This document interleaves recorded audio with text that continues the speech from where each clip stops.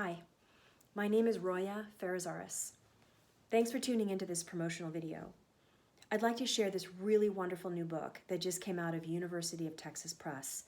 It's called My Shadow is My Skin, Voices from the Iranian Diaspora, edited by Katherine, Whitney, and Leila, Emery.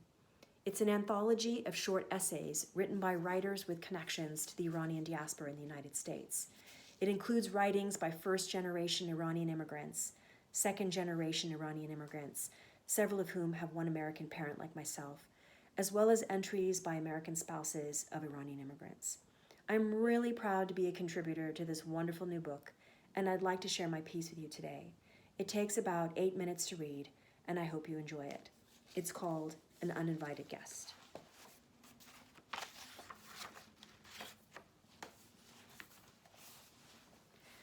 The massive, flat-topped steamer trunk was delivered to our house by truck one brisk day in October 1975, an unusually windy day that made the purple flowers of the jacaranda tree in our front yard tremble with anticipation. Made of dark green lacquered wood, the trunk was an imposing figure, crowned by an array of large iron hinges and bound with what was now shredded rope around its belly. There were stickers with messages slapped on its faces, mostly in foreign languages and one in English, plastered to its top with our Oakland address on it in my father's careful script. This was the mythical trunk that my parents had sent ahead before our return from Iran 4 years before. They had long since considered it lost. Forms were filed with the shipping company. Shipping clerks had been on the receiving end of my mother's wrath, and yet here it stood, like a forgotten relative on our doorstep, after having travels of its own. It must have taken both my parents to lift it over the threshold of our front door. I imagined them holding the iron handles, surprised by the smoothness and the weight of them. And then, with a noisy heave, bringing it inside, they would have carried it slowly through the dark hallway and down the carpeted stairs to our rumpus room, calling out to each other when they turned the corners. But I wasn't there to see any of that. It was already enthroned in the dark brown shag carpet of the rumpus room by the time I got home from school, and it lay in waiting to be opened, finally still and finally home. The room was cool and shadowy in the late afternoon when my parents led me down to meet the mysterious guest. Our black upright piano with its bench settled underneath stood against the wall next to the old Zenith TV sitting darkly on its rolling cart. Both sat waiting for me to awaken them from sleep, my typical afternoon routine. But that trunk, surrounded by our big corduroy pillows, that was new, unexpected, uninvited even. All else was forgotten. The trunk tickled my memory in a way that made me irritable. It was a curious reminder of the half of me that was an odd color and that smelled of celery stew and rosewater. The half of me that I usually tried to ignore in an effort to fit in at my lily-white school. My year in Iran when I was 3 and 4 was like a closed chapter of one of my father's library books. Black and white pictures of artifacts and statues, flashes of memory, paper school books, and pots of steaming rice, the bright orange of a glass of fresh carrot juice. Iran was a nursery rhyme that I didn't understand, but whose unintelligible syllables and phrases were always accessible on my tongue. Iran was the sound of my mother's shouts into our pastel blue princess phone on New Year's Day. Her voice heard in the kitchen, desperately reaching, searching, shouting in the language that was familiar yet incomprehensible to me now.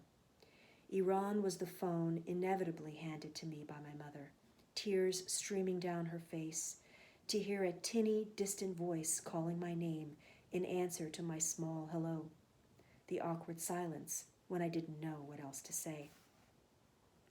And when this steamer trunk was finally opened, it brought forth all these feelings of awkwardness and estrangement in a flood that made me breathless. My 3rd grade reader and binder were set aside on the piano bench as I watched my father cut the thick rope with our kitchen knife, letting it fall away to expose the hefty padlock that had been hidden underneath. Within minutes, he produced the key as if it had all along been kept at arm's reach, and the top was lifted, too heavy for me, to rest on its hinges. The smell of stale air mixed with mothballs lingered in my nose as I stretched my neck to peer inside. Its dark gut was still and full, so large it could have swallowed me whole. My mother, chatty and exuberant, welcomed each item from its depth as she gingerly removed them, small rugs with bright patterns, a tiny sheepskin hat that I could hardly believe I had ever worn, an ornamental samovar with matching teacups the size of thimbles, clothes too small or too big, wraps, shawls, and stiff beaded shoes of gaudy colors that were awkwardly narrow. Initially, I stood away and poked at these things with outstretched fingers, but with an insistence that could not be ignored, my mother bid me to remove my jeans and t-shirt, and I found myself in their midst. Everything was scratchy against my skin and old and carried a smell so strong it assaulted me and seeped around the far corners of the room. But the items brought those familiar tears to my mother's eyes, induced by feelings of nostalgia for a faraway home fading from her memory. Once released and back in my familiar clothes, I gladly disappeared into the kitchen to make her a cup of strong black tea and leave her with these unwelcome guests.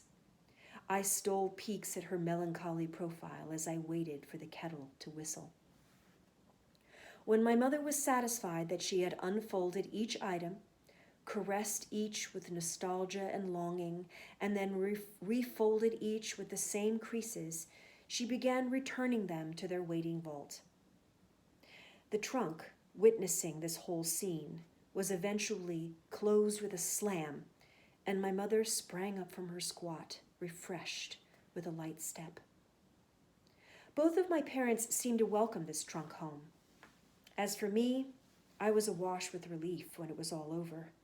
The foreignness of these things only served to remind me of my own unexplainable foreignness. Friends at school didn't know me as Persian or as Italian, even though I was half of each.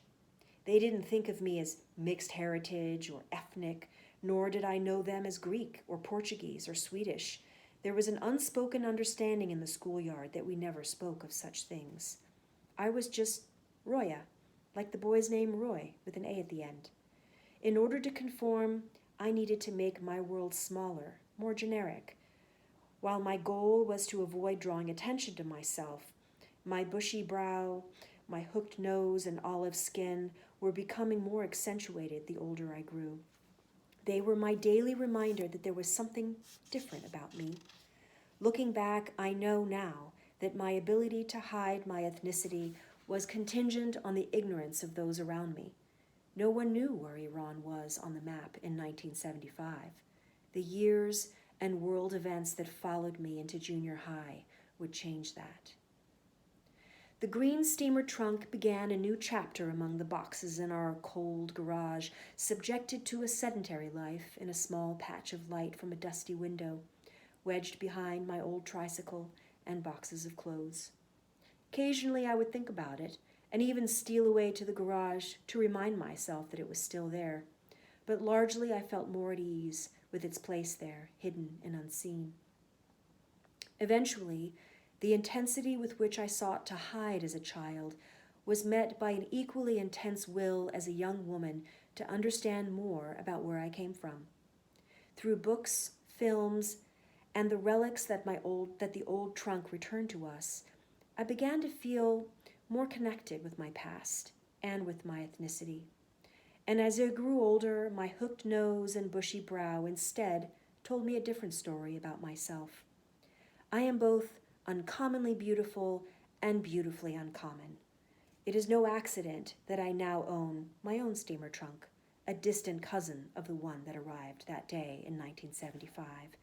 And in it, I keep many of the original relics it returned to us. I need only bury my nose in a tiny sheepskin hat to feel a flood of memory wash over me, and with it, I feel pride and contentment that I am an Iranian woman. The trunk, once a nettlesome auntie, along with its lessons, had become a treasured family friend. Thanks for tuning into this book reading. Please consider buying a book for yourself or a friend. Visit utpress.uttexas.edu/books and use code EXAWP for 30% off and free shipping until April 7th. Follow us on Twitter at Iran Musings to keep up to date on book events to be held later this year. Thanks for tuning in.